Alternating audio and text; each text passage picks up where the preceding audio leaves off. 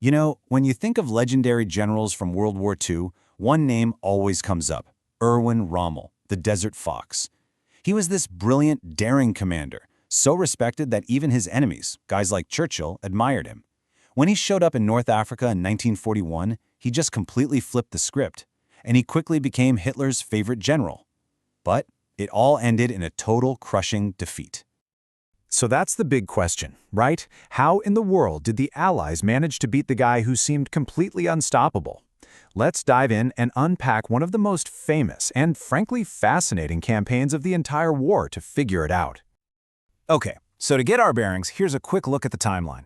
It all kicks off with Rommel arriving in February 41, and it wraps up a little over 2 years later when the Axis finally surrender. We're going to be hitting the highlights: the shocking fall of Tobruk, the massive turning point at El Alamein, and the game-changing Allied landings in Operation Torch. Right, so when Rommel first steps off the plane, the situation for the Axis is, well, it's a mess. The British had basically steamrolled the Italians, and Mussolini's dream of an African empire was falling apart. Hitler sends Rommel to fix it, but his orders were surprisingly strict. Here's the thing: he wasn't even supposed to attack.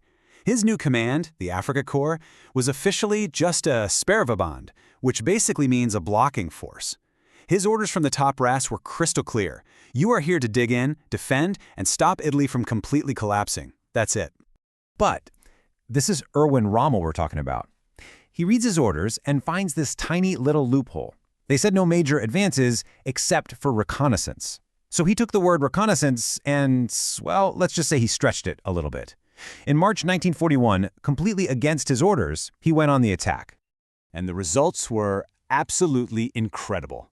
The British were caught completely off guard.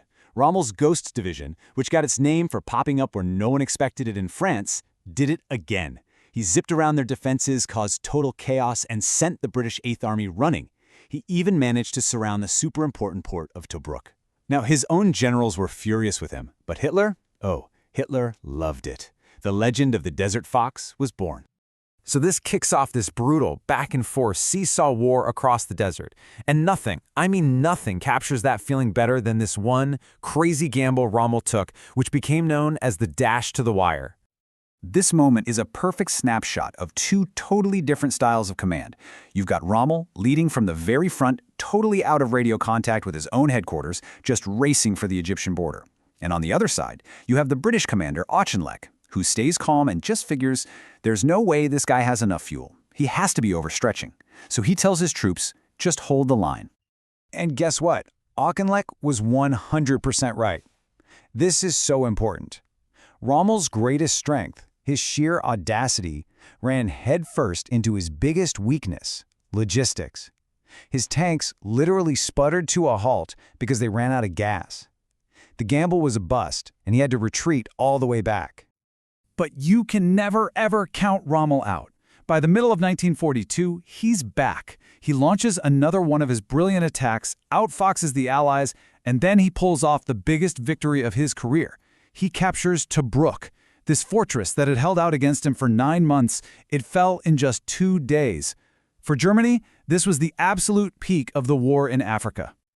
So, after that huge disaster at Tobruk, the battered British Army falls back to this little railway stop on the coast called El Alamein.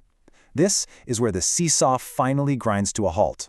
A new general, Bernard Law Montgomery, shows up, and the very ground itself is about to change everything. Just take a look at this. El Alamein was basically a defender's paradise. You've got the Mediterranean Sea on one side and this huge, impassable salt marsh called the Qatar Depression on the other. It created this narrow 40-kilometer choke point. There was no way to go around it, which completely took away Rommel's signature move, those big, sweeping attacks around the flank. For the first time, he had no choice but to charge straight ahead. And Montgomery? Oh, he was ready. Because of the code breakers at Bletchley Park, he had ultra-intelligence. He knew Rommel's entire battle plan before it even started, so he laid a massive trap. He just let Rommel's panzers charge right into a kill zone packed with dug-in tanks and artillery. He let Rommel beat himself bloody, and then he unleashed his own colossal counterattack, Operation Supercharge. And this quote right here, this tells you everything you need to know about Montgomery's thinking. He knew he had more tanks, more men, more everything. He was perfectly willing to get into a slugging match, trading losses man for man, because he knew it was a meat grinder that Rommel, stuck at the end of a very long and very fragile supply line, had absolutely no chance of winning. So, the defeat at El Alamein, plus the American landings in Operation Torch, that was pretty much the nail in the coffin for the Afrika Korps. So now let's really get into the anatomy of this defeat. We'll look at the excuses Rommel himself gave, and then check them against the hard realities on the ground. So if you asked Rommel, what went wrong? Well, he had a list. He'd point to crippling supply shortages, constant attacks from Allied planes, he'd blame his Italian allies, and he'd say he was just flat out overwhelmed by the 8th Army's numbers. And you know what? There's some truth to all of that, but it's not the whole picture. For instance, let's just bust the myth of superior German technology right now. The main German tank, the Panzer IV, was only a little bit better than the American Sherman. But look at the artillery. By 1943, for every single shell the Germans fired, the Allies were firing 30. 30! That isn't a small advantage. That is crushing industrial power. And hey, don't just take it from me. Listen to what this German NCO on the ground had to say. The English have artillery that really should not be allowed. Full stop. You can just feel the exhaustion and the hopelessness in that statement. For the guys in the foxholes, that material advantage was terrifyingly real. So what about the legend? The man himself. The Rommel myth got so big that Allied command actually had to send out memos like this one, telling their officers to basically calm down and stop making him sound like a superhero. And the truth is, while Rommel's impulsive lead-from-the-front style was amazing at first, it had its downsides. Just like in that failed dash to the wire, it often left him cut off, unable to see the big picture. And in a long war, that's a fatal flaw. But, underneath all the talk about tanks and tactics and generals, there was one single massive factor that decided everything. And it all comes down to a simple question. To the people in charge, how much did this fight really matter? This right here, this tells you everything. This is what the German High Command called the entire North African campaign Rommel's little shooting expedition. For Hitler and his generals, the real war, the only war that truly mattered, was on the Eastern Front against Russia. North Africa was never anything more than a sideshow.